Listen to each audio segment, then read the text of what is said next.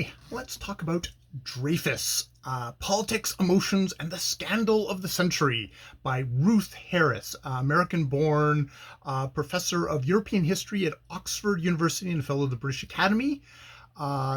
This book, I believe, also aka known as The Man on Devil's Island, won the Wolfson History Prize, the National Jewish Book Award, and was a New York Times Critics' Choice winner for 2010. So this falls within my my 1901 project, which is looking at history between 1890 and 1910, and this affair, the Dreyfus affair, looms large over this. The very first book that I picked up, Sherlock Holmes, The Hound of the Baskervilles, has a reference to an Alphonse Bertillon, who was an expert, who was not an expert in handwriting, but testified in one of Dreyfus's trials that the garbage that was found in a German the German embassy's trash, showing that some officer was passing information to the Germans, that was indeed Dreyfus's handwriting. This turns out to be really false, and we can go into that. So yes, in 1894, Dreyfus, Alfred Dreyfus, Captain Alfred Dreyfus, a Alsatian French artillery officer, is arrested for treason, for passing info to the Germans in Paris. Even at the beginning, it does seem that people were like, the people who were investigating for the military were like, this is a really shaky case. He might not be guilty. However, there's a big anti-Semitic thing of like, oh, all these Jewish officers going into our military, and it fit the narrative. And yes, as we go along, we can see what seems like a very modern thing of, no, this is what I believe, so this is what reality happens. And he gets convicted of treason and sentenced to life overseas at a penal colony in Devil's Island in the Caribbean, where he does end up spending 5 years in horrible conditions, in solitary confinement, to the point where he's basically lost the ability to kind of speak. For a good while. He has to relearn how to kind of speak after that. His body is completely broken. Before that, he is ritually stripped of his honor, stripped of his uniform, basically walks out in tatters with a crowd screaming about how it's death to the Jews and stuff like this. So that kind of an atmosphere. In 1896, a Lieutenant Colonel Georges Picard, head of the counter-espionage, which identifies the actual culprit of this, a Ferdinand Walson Esterhazy. This does not please the military, who quickly have a trial of Esterhazy and exonerate him as quickly as possible. They've built up a massive dossier to try and some of which is indeed is found to be later to be made up, is forged documents, things that are stuck together and stuff like that. At which point, Picard is harassed, is leaned upon, is sent to really shitty posts, and then finally kind of gets imprisoned by the military, who are not happy with him, insisting that no, Dreyfus didn't do it and that Esterhazy did. At this point, controversial novelist Émile Zola publishes Je Accuse, which is probably the big spark of making this into a much larger event, accusing the government of anti-Semitism and falsely convicting Dreyfus. Zola gets prosecuted for libel, loses twice, and then ends up having to flee to the UK, to basically avoid prison himself. In 1899, Dreyfus is finally returned to France for a second court-martial, which he loses again, despite overwhelming evidence and one of the forgers admitting to his forgery and committing suicide.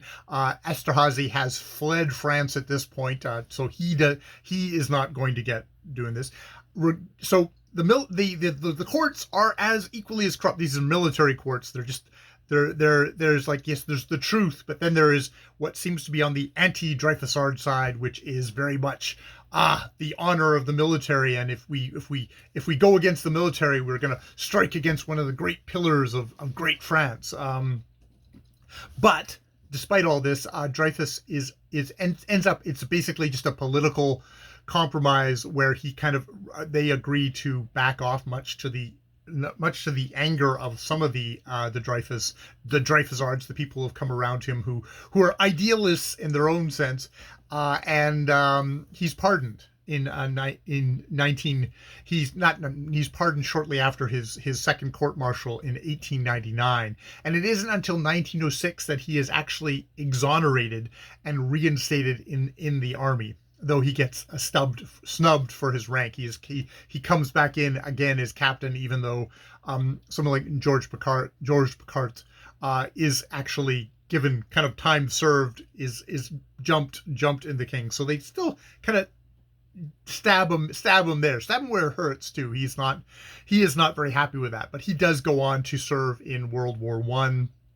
As a thing. So yeah, this was a fascinating book. It is kind of heavy reading because Ruth Harris definitely goes into the many complicated people within this book. The Dreyfusards, you get the kind of, there's a kind of a thing of like, there's one side, there is the truth and justice, the kind of the people who are the idealists on the one side of Dreyfus, of like, an innocent man has been convicted and we're here for reason and, for kind of a secular, tolerant France. And then on the other side, it's very much seen as, these are right-wing nationalists who are anti-Semitic, who only, they don't care about the truth. The truth doesn't matter to them, is one way it's cast. It is a lot more complicated than that. There are definitely anti-Semitic people on the side of Dreyfus. That there's people who are like, I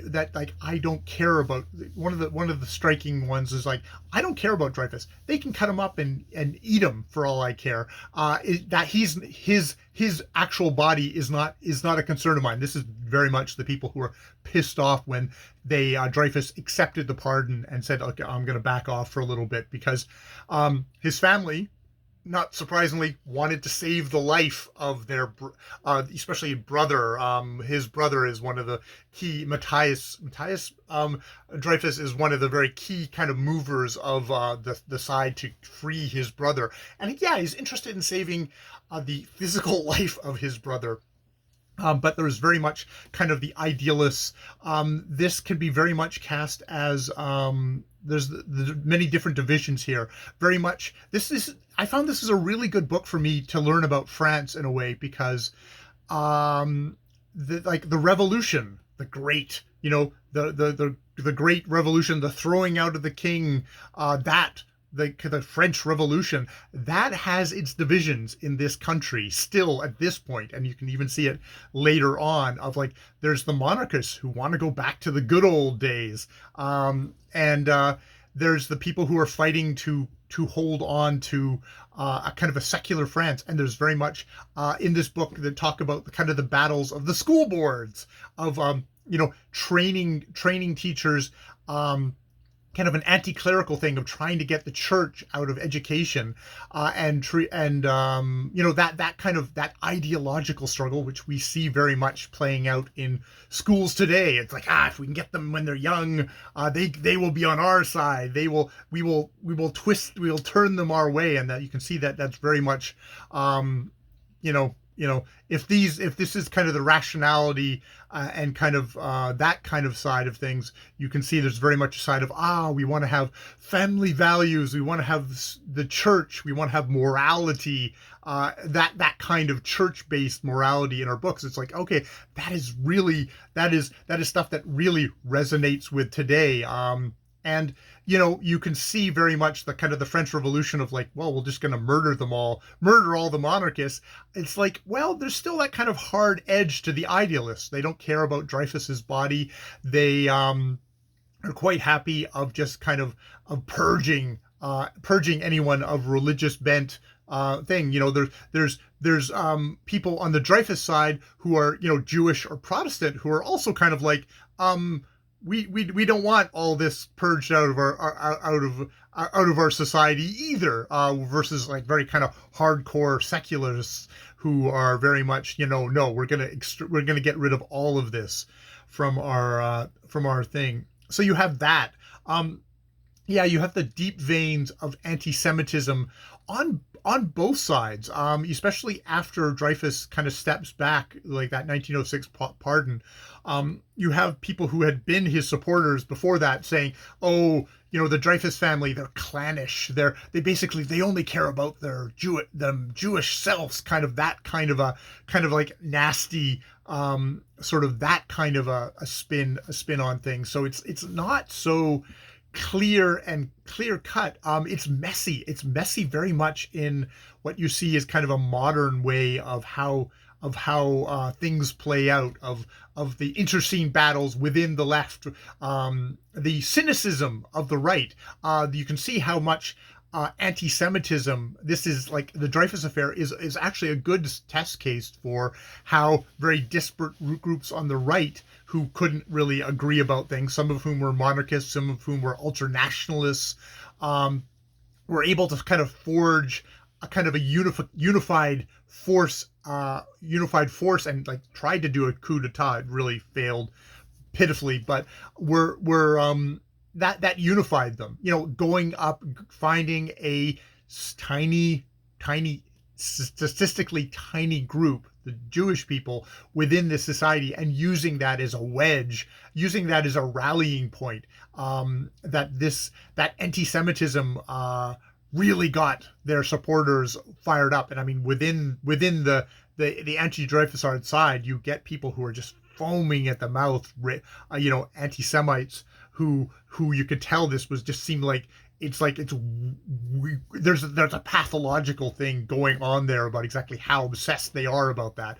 Maybe how, yes, Jewish people today still, and I can't help but think of trans people, again, another statistically speaking insignificant group with very little power, but really good at just stirring up the base and getting people unified on one topic, and not splitting off into all the different things that they might disagree about.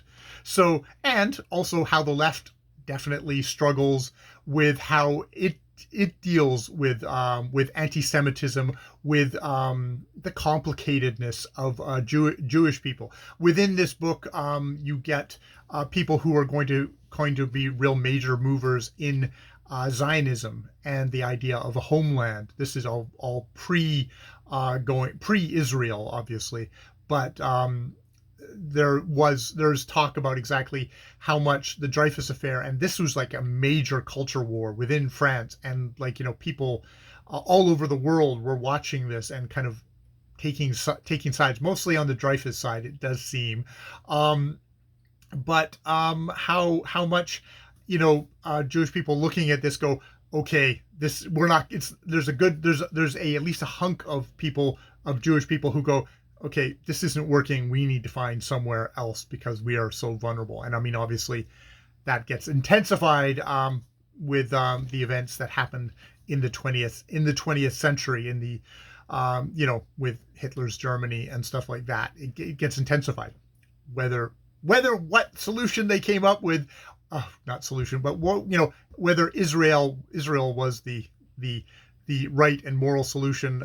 Speaking as somebody who's sitting in a country, Canada, where we have a very nasty colonial history ourselves, and I'm not one to say. I'm not one to say.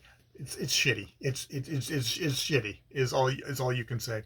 So yeah, this was a really good book for me getting an idea of kind of the complications of France, because you think of France, you think of like art, the art, the writing, all this stuff, but it's like, no, there's this other side which really goes back to, probably even further back than the French Revolution, because the anti-Semitism carried through from like kind of the church, Catholic Church, the dominant one, really kind of carries through. There's a deep, deep history here, which, can't help me think of, like, somewhere like the United States, where you've got the Civil War, and in some ways the Americans are still fighting the Civil War, it feels like. There's some of these deep divisions, some of these deep kind of basic things of where you stand in the United States, kind of, they go back in history. And I get the same sense with France, and just sort of the idea of this being this era in France is like, this is the mass media. You had like hundreds and hundreds of newspapers, basically, Fox Newses and Truth Social and Twitter. It's like this stuff was happening here, and was just as pretty, just as pretty, just as I'm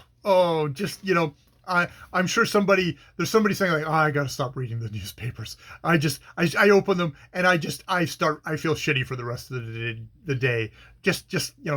The more things change, the more they stay the same. That idea. So, yeah, I found this sadly, a very contemporary book. If you want to kind of look at like what's happening in the world today, but was happening, 100+ years ago, this might be the book for you. It is. I am a history geek, so it's getting into the minutia I found really, really fascinating. Other people might find it more on the dry side. This is definitely a history geeks kind of book, but if you're that kind of history geek, might be your kind of book. All right. I will leave it there with that very brief and shallow look at Dreyfus by Ruth Harris. More videos later.